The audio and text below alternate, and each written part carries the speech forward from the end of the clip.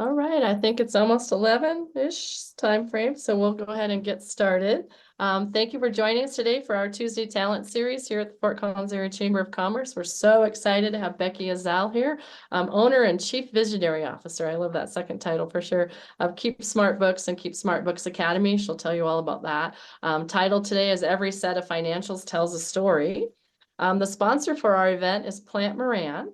Plant Moran is among the nation's largest accounting, tax, consulting, and wealth management firms and provides a full line of services to organizations in the following industries: manufacturing and distribution, financial services, service, healthcare, private equity, public sector, real estate, construction, and energy. This year, 2024, they're proudly celebrating 100 years. It's crazy. Plant Moran has a staff of more than 3,300 professionals throughout the United States, with international offices in Shanghai, China, Mumbai, India, Tokyo, Japan, and Monterrey, Mexico. In Colorado, Plant Moran has served its Colorado clients for more than 40 years with offices in Broomfield, Denver, and Fort Collins. Plant Moran has been recognized by a number of organizations, including Fortune magazine, as one of the country's best places to work. For more information, you can visit their website at visitplantmoran.com.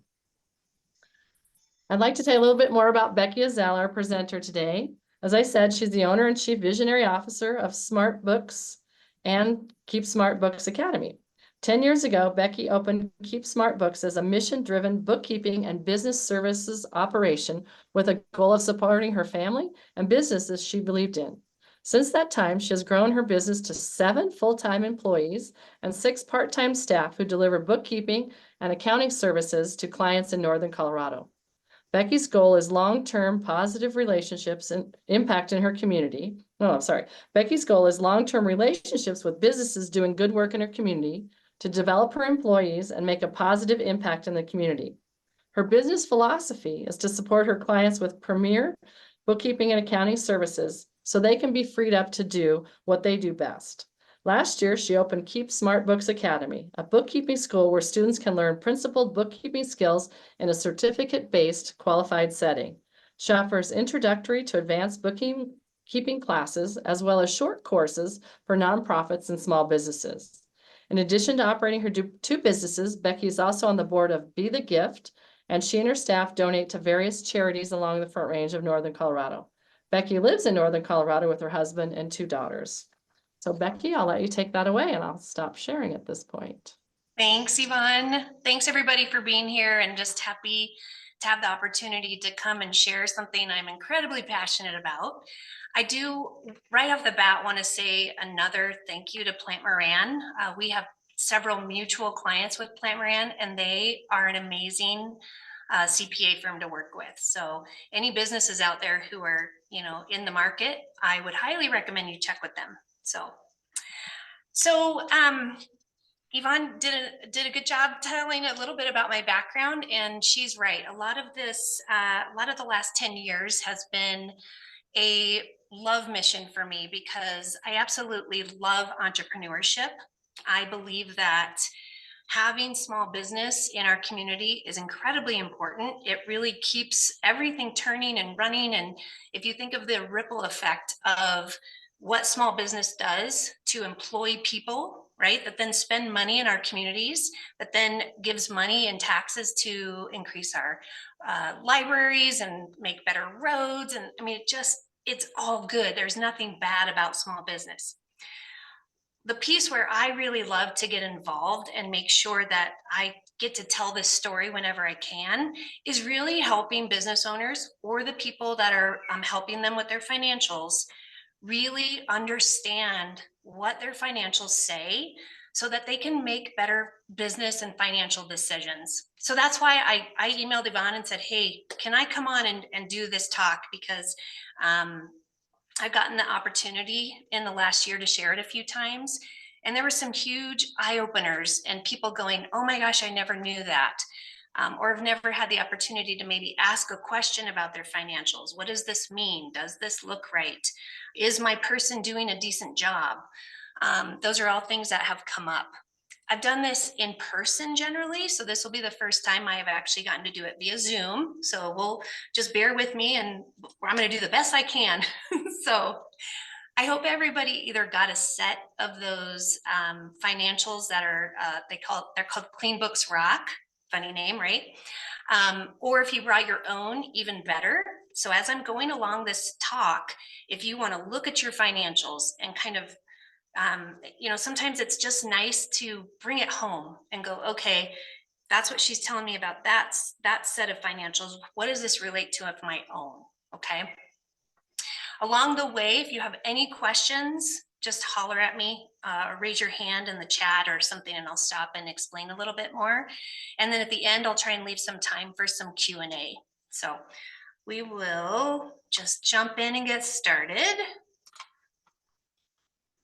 I always say I do numbers, not technology, so bear with me here.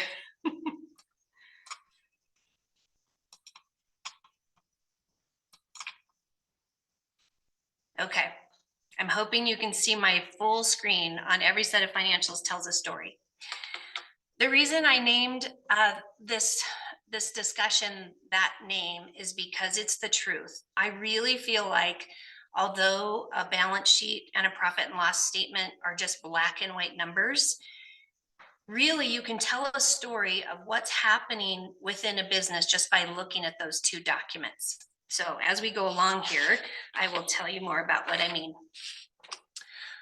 The first thing I want to do is explain what is on each of these financial statements. So when you're looking at your own financial statements, you can keep these terms in mind or these thoughts in mind and go, okay. So on the balance sheet, you're going to have three main sections. You're going to have your assets, and your assets are what the business owns. That could be things like the cash in a banking and savings account, an investment account, a building, an automobile, inventory, and it also includes things like accounts receivables. Those are all assets of your company. The second section is your liabilities. Liabilities are things that are owed to someone else outside of your organization. So these would be things like payroll liabilities, a credit card, a loan payable to somebody who invested money in your business. Could be a deposit that you put down, a deposit that a customer put down with you in your business. Until that work has been done, that is actually considered a liability because it would have to be paid back to them if you didn't complete the work. So those kinds of things are liabilities. It's what you owe. The most misunderstood section of the balance sheet is definitely the bottom. This is your equity section. So the basic understanding I want to give you today about the equity is that it's the value that the owner or shareholders have after all of the assets are liquidated and all of the debts are paid off. Some people have a misconception that that is what the business is worth. That's not entirely true. For instance, if you had your business valued, they're going to look at several different things. How long have you been in business? What is your monthly recurring revenue? What are intangible assets that might not be listed on your balance sheet, but you've created worth in those intangible assets? So don't be misunderstood that the equity has anything to do with the actual value of your business if you sold it. It's really just your assets. If we liquidated all of them and then paid off all your debts, what's left? The other piece of the equity section that you want to just understand is this is also where your retained earnings are recorded. Retained earnings are the accumulated balance of what you've earned or lost in your business over the length or the length of your business life. Okay, so if we went back and looked at all of your profit and loss statements, whether you've had a loss at the end of the year or an earnings at the end of the year, that retained earning balance is going to show you the accumulated balance. The next piece of the equity is what I have listed on the screen is the owner's contributions and the owner's distributions.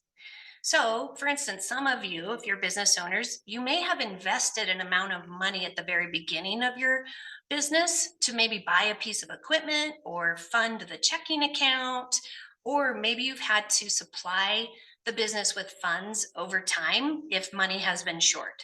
Okay, so that section of your balance sheet is where you might see what you have invested or contributed to the business. On the other hand, that next line down, the owner distributions, this is any money you've taken out of the business. This is outside of payroll. If you're actually a W-2 employee of your business, the distributions are separate from those. Okay, so this is where you might take you might transfer $5,000 out of the business checking account to your personal account. That's considered a distribution.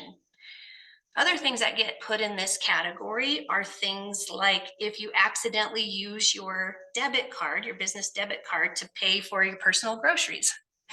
So those sorts of things would potentially get booked in that owner's distribution account because they're not a business expense. So at the end of the day, this is your balance sheet, what you owe, what you own, and the difference between the assets and liabilities section is your equity. Does anybody have any questions on that before I move on? Hi, it's Jason. Question is the difference between current assets and fixed assets. I'm sorry if you addressed that. I just didn't catch it if you did. No, that's a great question. Thank you, Jason. So what you're looking at the screen is actually a very condensed version of a balance sheet. If you look at the one that Yvonne emailed you yesterday, it's much more broken out. When you look at the balance sheet, either under the assets section or the liability section, you're going to see terms or words like current or long-term, or if, for instance, in the assets section, you'll see current assets and then fixed assets. Anytime you see the word current, that means that it can be turned over within 12 months or less. Or if we're talking about a liability, it would be paid off in 12 months or less. So for instance, a credit card would be listed under a current liability because the intention of a credit card is not to have a long-term balance. It's to use it and pay it off. Same with a line of credit. Up in the current assets, it's the same concept where you know that your cash balances are going to actually turn over quickly. You get money in, you spend money, those sorts of things. Whereas a fixed asset is actually something that's held long-term, like a building or a vehicle. Did that answer that, Jason? Yep, that was it. Awesome. Anybody else? Hi, this is Murph. I'm wondering, why does net income show under the equity section of the balance sheet? Great question. Thank you. This is actually from a QuickBooks file, which most small businesses actually use QuickBooks. It's the most popular, and Intuit has us by the tail, let me tell you. There are some accounting files that you will not see net income listed on the balance sheet. It's actually included in the retained earnings line. It's accumulating that balance throughout the year. QuickBooks, however, if you look at the statements that Yvonne sent you yesterday, if you look at the profit and loss statement, you go all the way to the bottom and see the dollar amount at the bottom, that's actually going to tie out to this net income line on the balance sheet.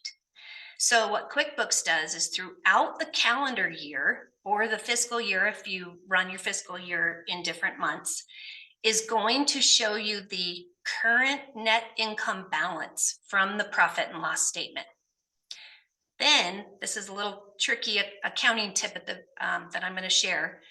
Let's just say these books are dated December 31st. If I were to pull this very same set of books up on January 1 of the next year, that $87,000 in net income would disappear and would be added into our retained earnings number. So then our retained earnings number would go up. Net income starts at 0 January 1 and starts over again. Great question. Anybody else? While we're talking about the balance sheet, I'm hoping some of you have your personal businesses or the business you're working for's books with you. I want to point out some things that are red flags. Let's start with the asset section. If your cash accounts are in a negative balance, We know that technically bank accounts can't be in a negative balance at the bank. If they are, they're looking for you to deposit funds immediately. So if you see a negative balance in those accounts, generally what that means is that the business has written checks that haven't cleared yet.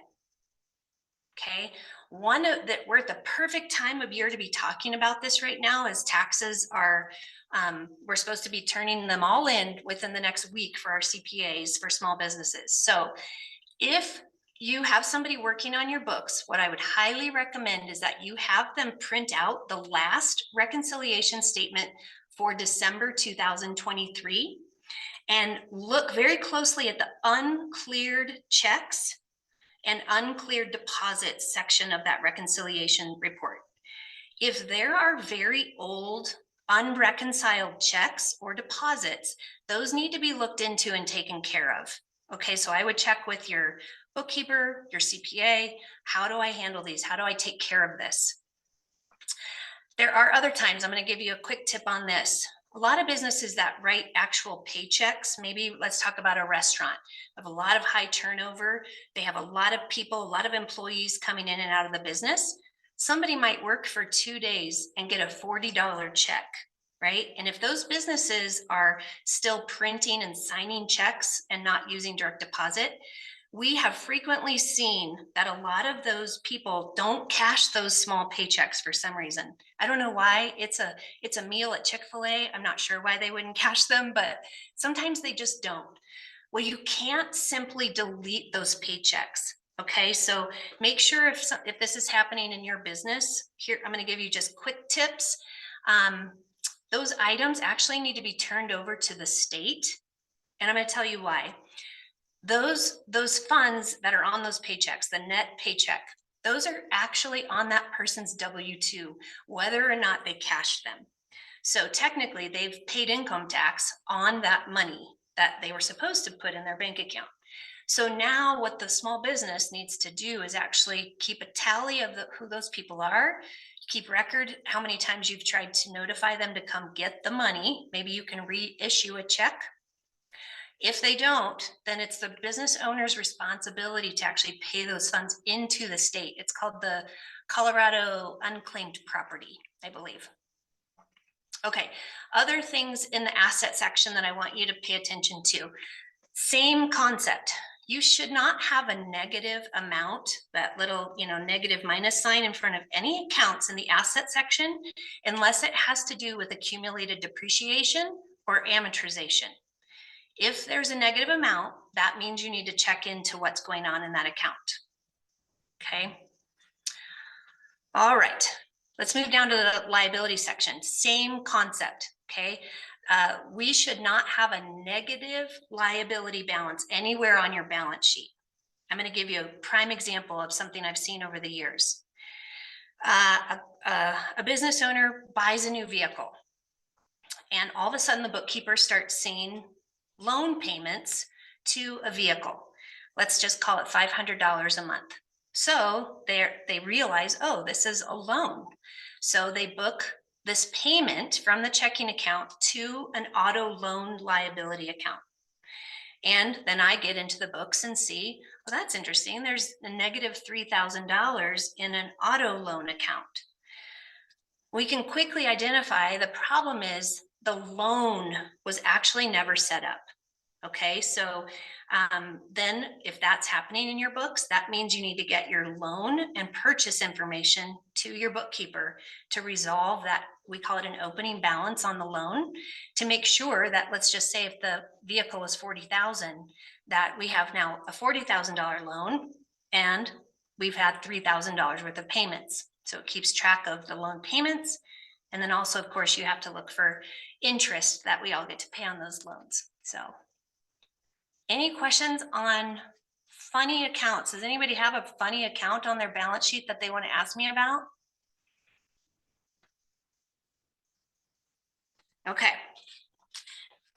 Let's move on to the profit and loss statement. Okay. Business owners love the profit and loss statement. We are all a fan because it kind of gives us a record of what is happening right now.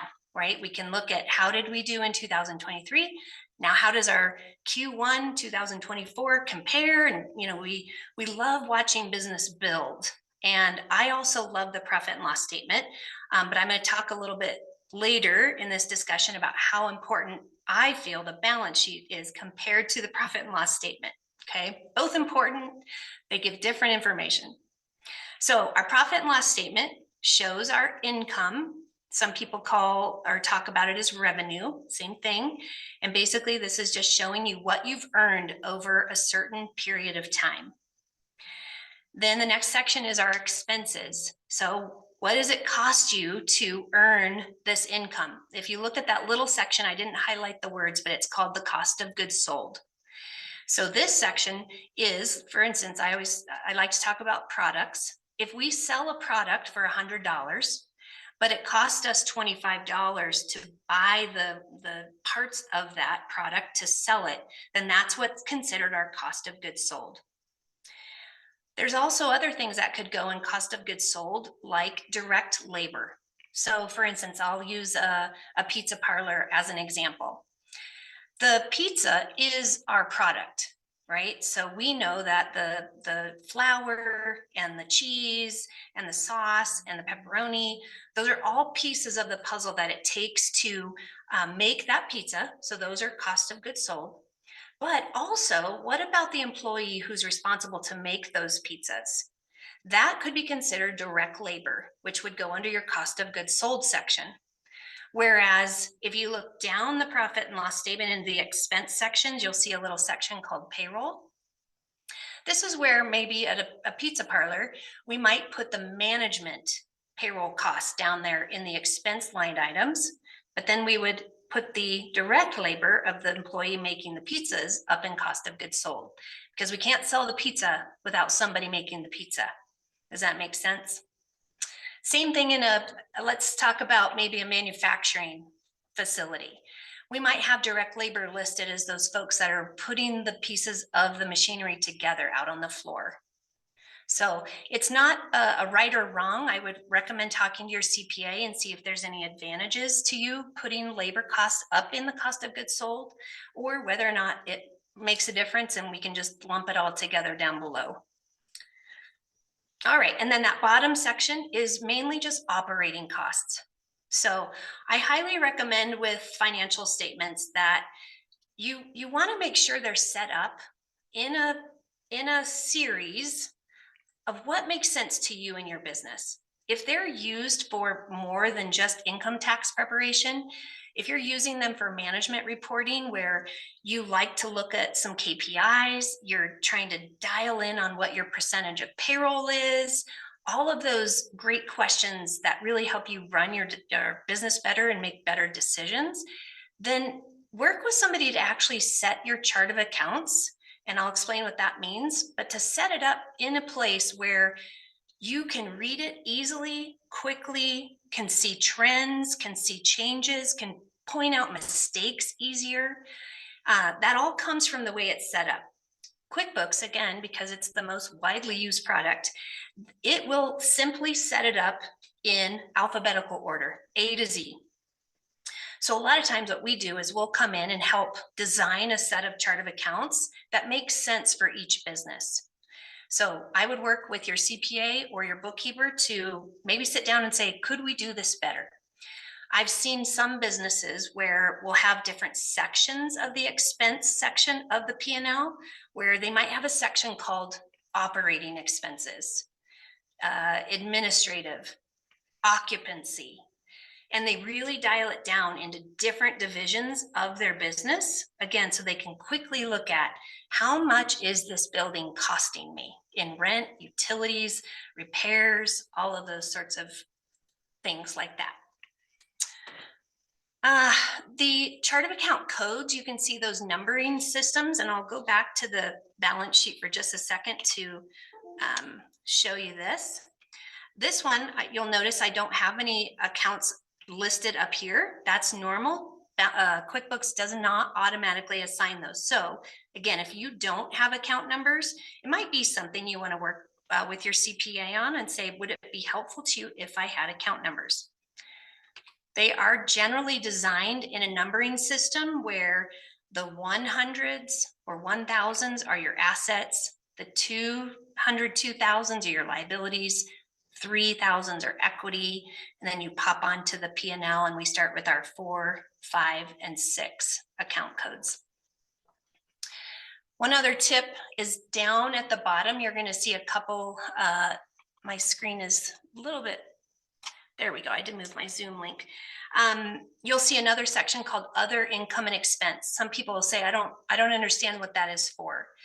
That is for any income or expense that is not generated or spent based on your normal activity of business.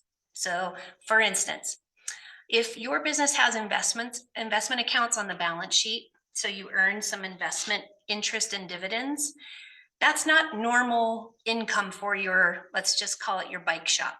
Okay, that's not the reason you got in business. So you wouldn't want to put your investment income up into your normal income 4000 codes.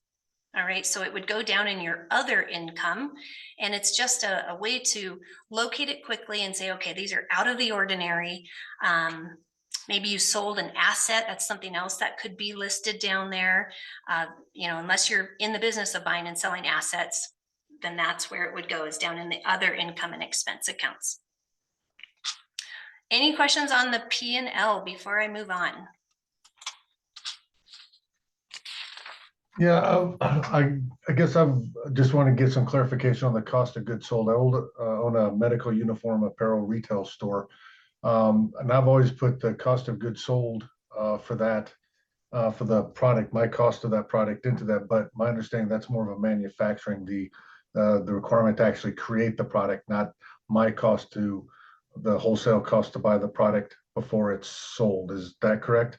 And if so, where should I put my cost of my wholesale cost to buy the apparel if it doesn't go on cost of goods sold?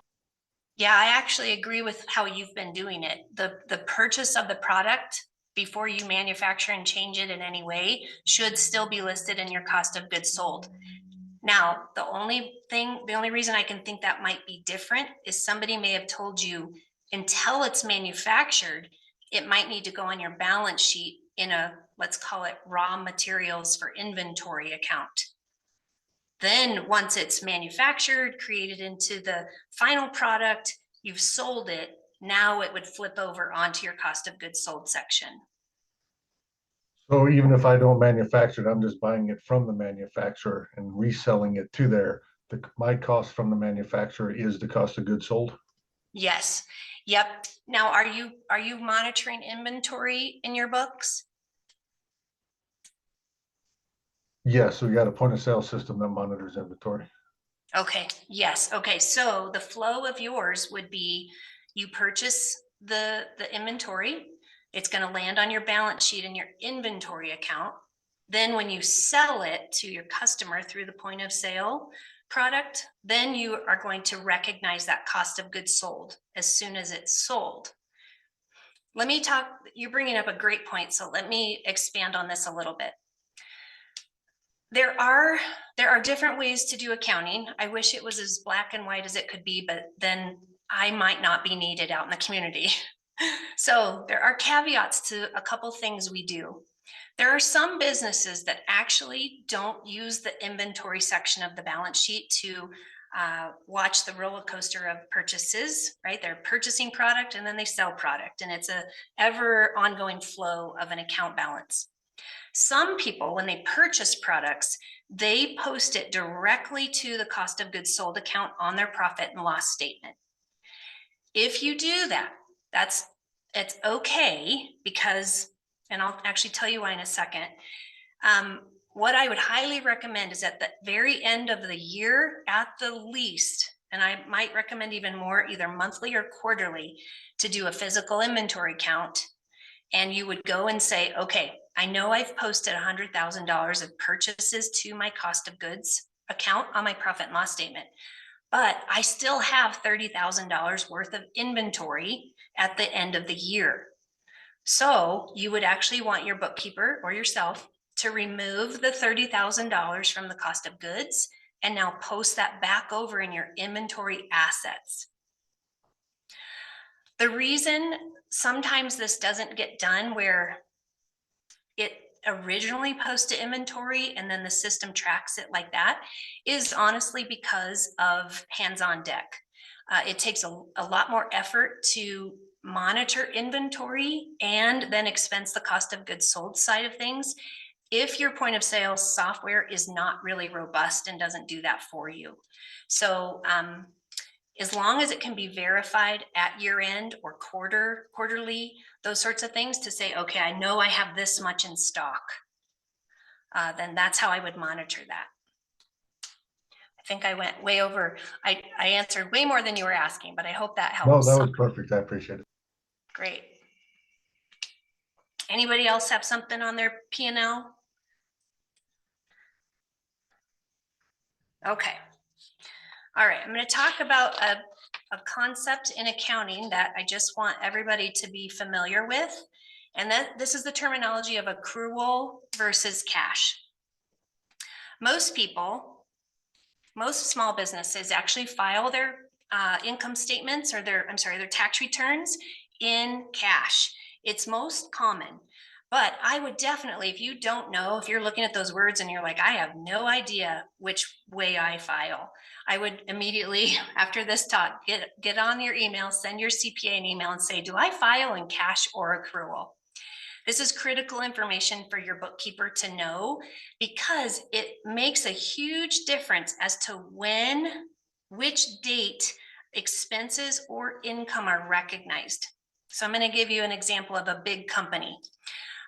Let's say, gosh, I was thinking maybe Amazon, but that is a wild one to think about. Let's just talk about a local big business here we know. Just everybody picture one. Somebody who's doing a massive amount of business in northern Colorado. If they have a big client, a big customer that is purchasing $100,000 worth of their product and or services, and they reach out and they have that established as an order in December of 2023. Even if they haven't supplied the product or the service yet, but that invoice gets created and let's just call it December 15th. That company, most likely because it's a large corporation, is filing their tax return in accrual. What that means is even if they don't receive the $100,000 by the end of December 2023, that $100,000 is still recorded on their tax return. Okay, so that is a big deal. It's a big deal to know because of the tax effect that's happening to the business. Whereas if that same company were filing in cash, they still might record the invoice on December 15th. But it isn't until that cash hits the bank from the client that the recording of the income actually happens for the tax return. Let me clarify that. Okay. Same with expenses. Let me go over a quick example on expenses. Let's say you have a repairman come out to your building to do a bathroom remodel on one of the bathrooms. There's repairs in it and you decided to go ahead and change the toilet and the fixtures and all of this. And they send you a bill for $3,500. Okay. In an accrual accounting method, you get the bill from the vendor. You enter it in your book, into your accounting file as of the date you got the invoice. If you're in an accrual method, immediately that expense is actually deductible on your tax return. Okay, so there's a benefit both ways to the income and the expense side because you may not pay that bill, let's say for 45 days. And maybe that again runs over the year. So it's all dependent on that accrual or cash basis and whether or not you have to claim the income and or the expense as of the date of the invoice or the date of the bill.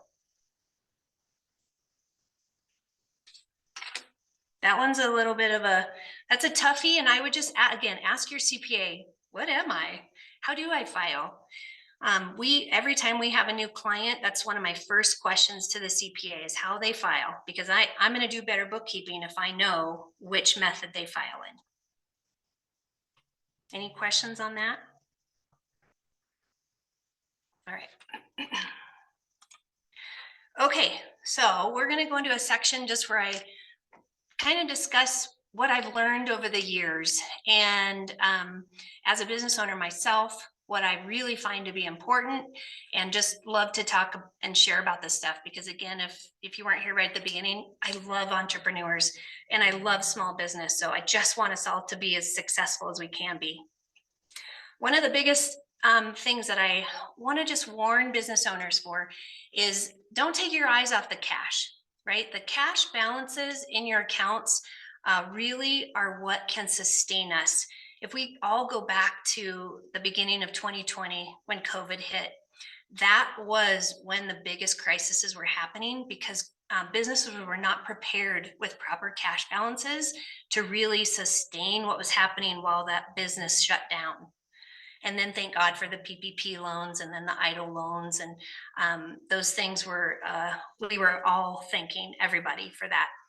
But in the meantime, I think it really woke some people up to say, okay, I have got to figure out how to save some cash. So my biggest recommendation is, if you're like, I think I'm in that camp where I would love to have some more cash on hand, there are some awesome books out on the market. There's a program called Profit First you can look into, and it's really a behavioral method of training us as business owners to set cash aside into accounts that can be used when they're needed. Biggest ones would be, okay, if my business could not operate for 3 months, do I have enough money to sustain my rent payments, my payroll, the insurance, all of those important things? Okay, so for your business, you get to decide how many months would it take of cash on hand to make me feel comfortable. The second one is taxes. Okay, so I get, this time of year is lovely for me because we get to start finding out what people owe on their tax returns. And some questions are like, oh my gosh, I don't have that kind of money set aside. So my recommendation for everybody is that you do that ahead of time. What we do for several clients is we recommend that they go open up a few extra bank accounts. All right, so wherever you bank, talk to your banker and say, I want to open a couple other bank accounts that I can use to set money aside. And if anybody remembers the old Dave Ramsey envelope system, it's the same concept except with bank accounts. And the bankers don't mind, honestly. Between me and my husband and our two businesses, we probably have 30 bank accounts. And it's just a great way to set aside money for what we need it for that's coming up. Taxes, vacation, kids' college, whatever it is, okay? So it seems like a simple concept, and it really is if you use it properly. So never take your eyes off the cash. It can get you in trouble. Also, you know, if somebody is working on your books that has access to your cash, as a recommendation, the business owner really needs to be involved. You've got to watch. You've got to, you know, we've had some local unfortunate circumstances with internal bookkeepers and actually contracted bookkeepers like myself who have stolen money. So keep your eyes on that stuff. Okay, my second recommendation here is, if your bookkeeper or internal accountant cannot verify the account balances on your balance sheet, then your profit and loss statement is really no good. Okay, so I'm going to explain what I mean by that. Let's go back to that auto loan example. So in the earlier example, we had this auto loan. Okay, well, great. We figured out there's a $40,000 opening loan balance. Then we had some payments listed. Well, if that auto loan balance at the end of December 2023 was actually it was higher than what the 40,000 minus the 3,000 would have been because of an interest expense that came along with that loan. If that interest isn't put in that balance, then your interest expense on your profit and loss statement is not right. Okay, so I hope that's making sense. We're talking double-sided accounting. So we've got our auto loan liability, but there's interest included usually on any loan. And then that interest expense hits our profit and loss statement. So if that auto loan is not reconciled to the actual balance due, Now think about your balance sheet. If you have an idle loan, if you have a line of credit, if you have credit cards, if you have maybe IRS liens, those sorts of things. If the interest is not put in properly and reconciled, then our interest expense account statement or on the profit and loss statement is not correct. Now both of your statements aren't correct. Okay, the way you want to talk to your either CPA, bookkeeper, or your internal accountant is print out that balance sheet and have them print out the corresponding year-end balances on all of those accounts via statements. And you can look and see, do they match up? And if they don't match up, then we need to know why. Okay, so I wouldn't trust your P&L unless your balance sheet is correct. Okay. All right, that next one is really just a quick thing that I like to look at on when I'm looking at different financial statements for different businesses is how to calculate your quick ratio. So this is a great way as a business owner to just say, all right, how is my cash compared to my liabilities? So the way you do that is you would print out your balance sheet, not a summary one, a big full one. You take your current assets, you'd reduce it by your inventory and any prepaid expenses you might have, and then you divide it by your current liabilities. What this is going to tell you really quickly is how much cash do I have compared to the amount of liabilities that I owe. So if you have $200,000 in current assets, but you owe $200,000, then you have a 1-to-1 ratio. What you really want is higher than a 1. Right? So you want more cash and assets than you do on your liabilities. So just something fun you can look at. The other thing you can look at is, can you tell if debt is being used to sustain your operation? So, you know, a lot of times, let's talk again about big manufacturers. A lot of times they have a large line of credit with the bank because it takes a while to get that inventory in, manufactured, and prepared in its final state before they can sell it. So they have to have some cash to help them float that time. All right, so line of credits, again, are not designed to be a long-term liability. They help businesses make purchases quickly, and then the business can get some cash quickly after they make some sales, and then they pay that line of credit down or off. Might be more like a roller coaster of, okay, we need a little and now we're paying it off. Those sorts of things. But if your business has, let's say, a large idle loan, large amounts of credit card ongoing debt that's not being paid off monthly, investment loans, maybe you've had to supply the company with some money that you called a loan on your balance sheet. Those sorts of things, if it's a lot of money being used to help sustain the operation, then again, that paints a picture, right? So this might be the time to sit down with a CFO or your CPA to say, okay, I can tell, you know, I'm using a lot of debt to make this ship operate. How can I change that? What do I need to do? Sometimes getting another set of eyes and another perspective just really, really can help us.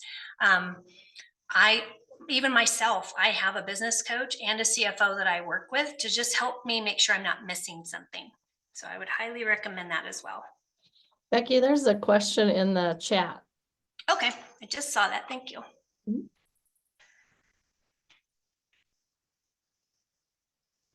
So yes, so you would want to take your current assets and then you deduct your inventory balance and your prepaid expenses to come up with a number, and then you divide that by your current liabilities.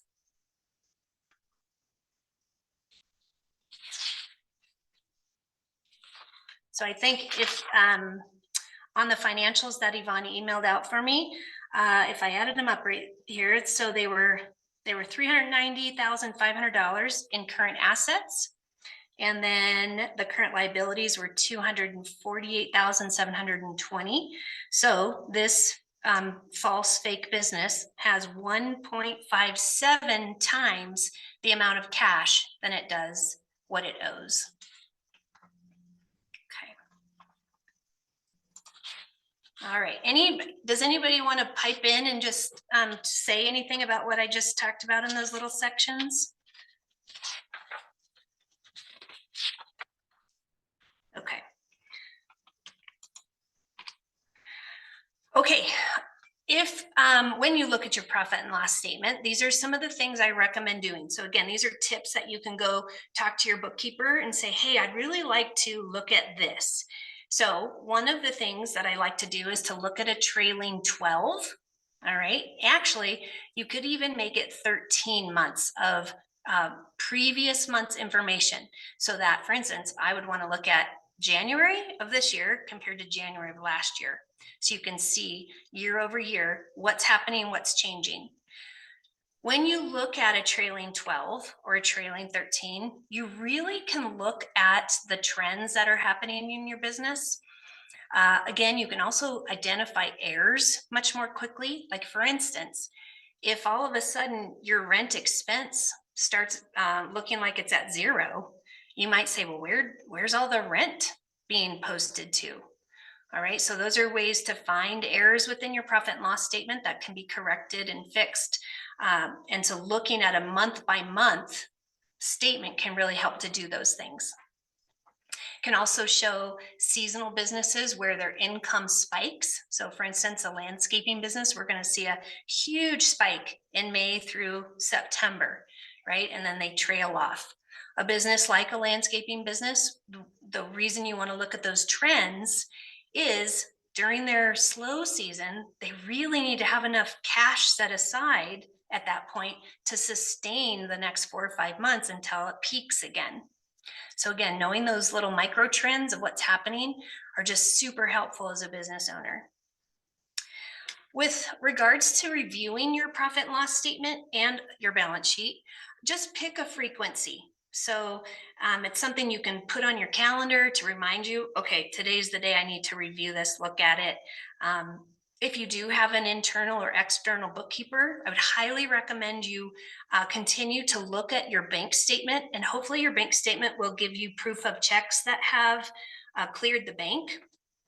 I really want everybody to be looking at those checks and everything else, the debit card, whoever, whatever's being spent through the accounts. Just do a quick view. Do I recognize that vendor that's being paid? Is that my signature? Did I sign that check?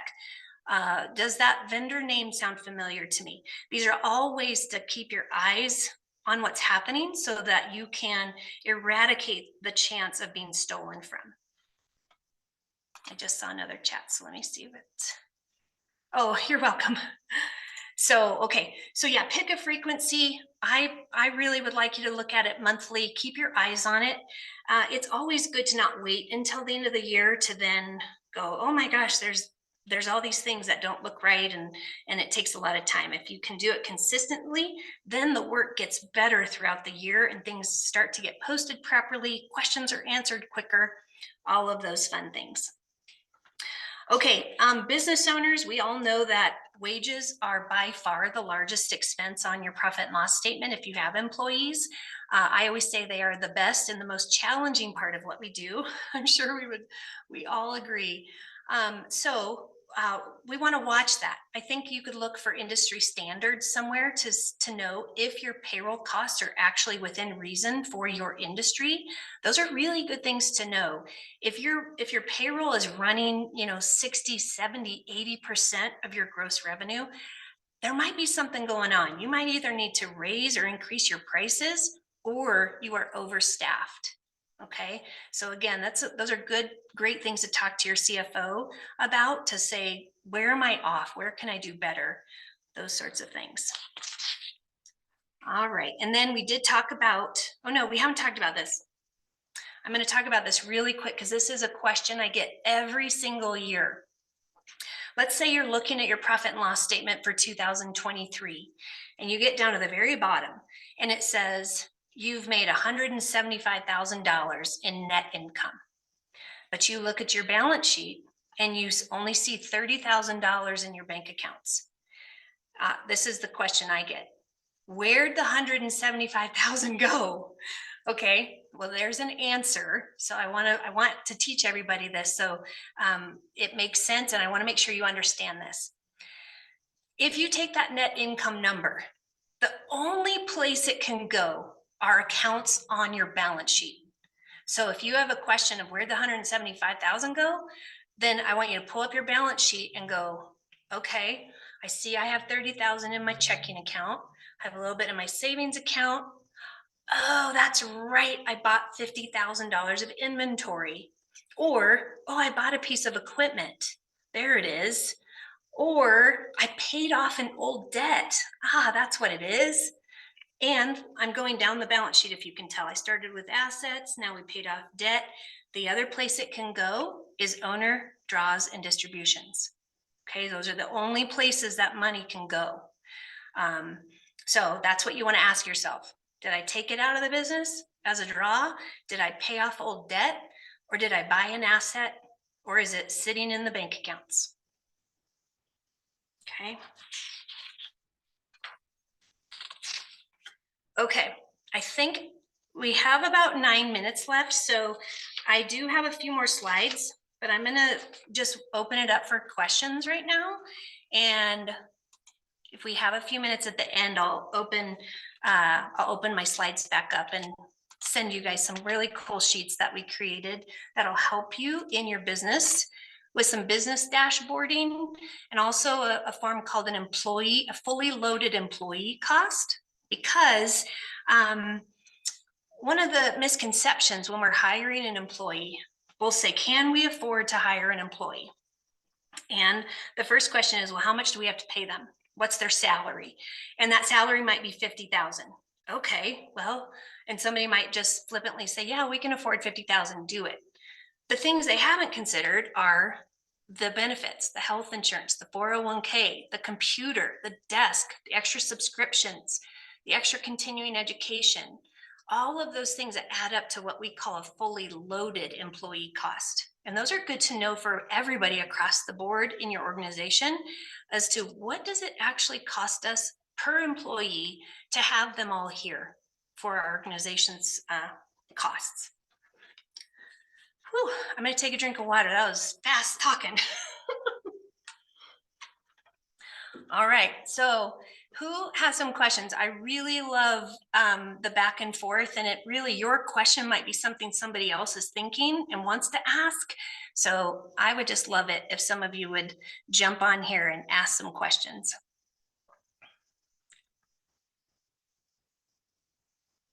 We have some shy people maybe.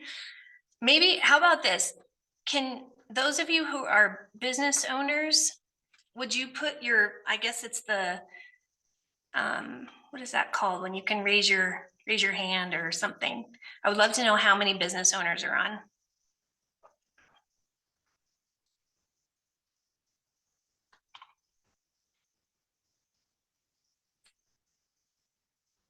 Got it, cool.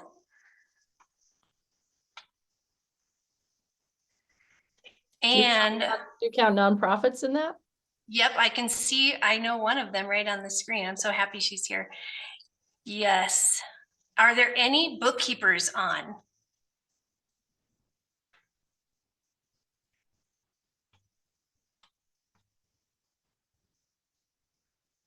Okay. Robin, cool, good, good. I hope you learned something today. I would love some feedback.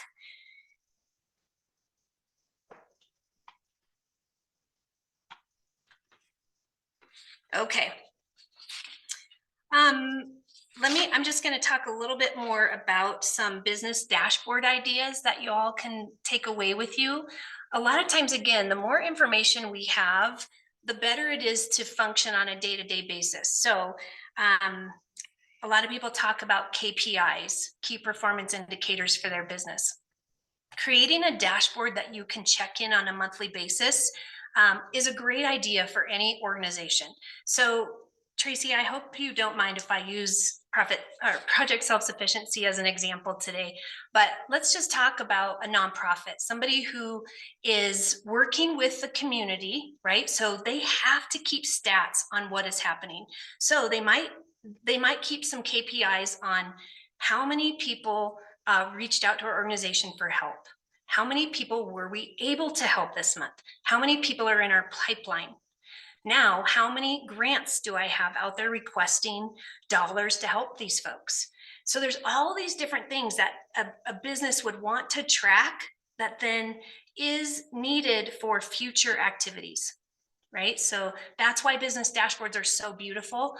They take some work. Again, all of these takes hands to do, which is lovely and fun, but the information they provide are so valuable that I would recommend you sit down with your leadership team and say, what are some key things that we would love to know on a month by month basis that are important to our organization? How many people are reaching out to us on Facebook? Where are we getting most of our leads? What's our close rate? All those sorts of things are super critical for every business to know as we all continue to scale and grow. Does anybody out there use a dashboard that they absolutely love? Yeah, Tracy, do you know what's it called? Okay. We've just created our own, Cheryl. Or I'm sorry, Cheryl's my team member who's on the call. We just created our own, and it is applications received. It kind of helps us monitor flow. In our model, we do something called help sessions for single parents who are interested in our services, so we can track those. We track the flow of our business, so the wait time between when people complete their help sessions and until they get an interview, so that we can make sure that people are moving through our process quickly, and we're not making people wait. So it's we've gotten better at it. I think there's some tweaks that still need to be done, but it certainly has been a valuable tool for us. Awesome.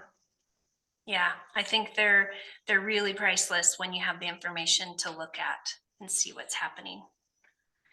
Could even be if you tie financials into a dashboard, it could be, what is my bank balance looking like over a period of time? Right? That's a good suggestion. Yeah.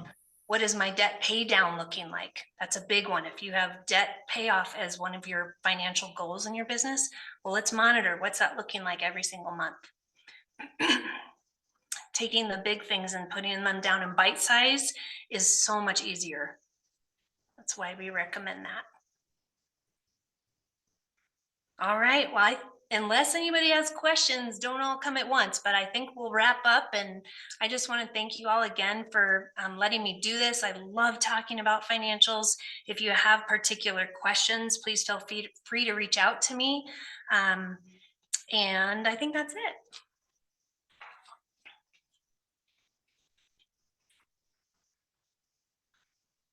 Great. I think I learned a whole lot today, and so I really appreciate this session, and you made it understandable. So I really appreciate that as well.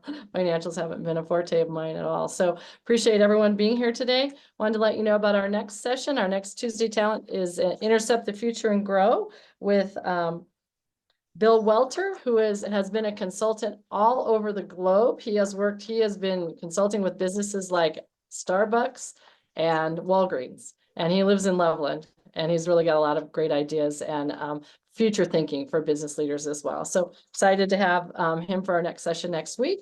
We're so glad that you joined us today. Becky will share her slides with me and also those two other handouts she referenced. And we will take the recording and we will download it into our YouTube channel and we will send it to you. So you'll get the recording as well as all the slides as well. So thank you for joining us today. And thank you, Becky. I think we're all a lot smarter about our financials today. So thank you very much. Everyone have a great rest of your day.